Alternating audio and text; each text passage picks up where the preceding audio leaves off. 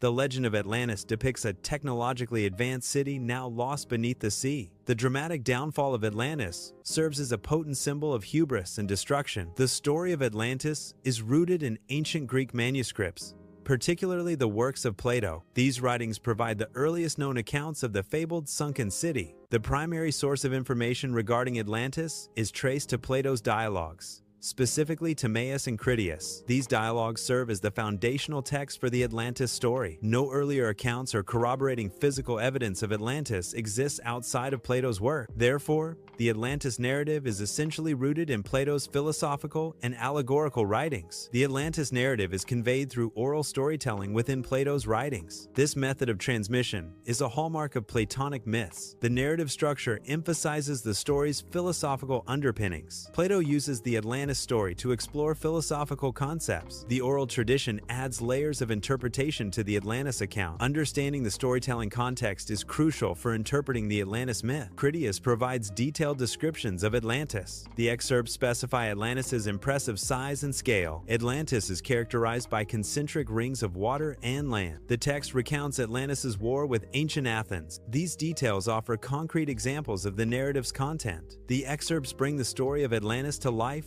with vivid imagery. Plato's description of Atlantis shares structural similarities with his ideal city in the Republic. These similarities include a rigid class system and the presence of philosopher kings. However, Atlantis functions as a moral opposite to the ideal city, not a historical narrative. The shared structures highlight the moral contrast Plato intended to create with Atlantis. Atlantis initially embodies a utopian society, characterized by advanced civilization and prosperity. Over generations, the society of Atlantis gradually succumbs to corruption and moral decay. This corruption ultimately leads to Atlantis' military defeat at the hands of ancient Athens. As punishment for their hubris and corruption, the gods destroy Atlantis, reinforcing the story's allegorical nature. The map depicts the ancient world, highlighting the Pillars of Heracles. This location is specified by Plato as the site of Atlantis. The narrator draws attention to the implausible size of the purported island. Atlantis is described as being larger than Libya. Atlantis is also said to be bigger than Asia combined. This immense scale challenges the geographical plausibility of Atlantis. The concept of a continent sinking in the Atlantic lacks geological support. Dr. Brenner highlights the absence of evidence for such a large-scale event. The idea of a sunken continent is more for dramatic effect. It should not be taken as an accurate geographical representation. The narrative prioritizes storytelling over geological plausibility. Renaissance scholars misinterpreted Plato's story as historical fact.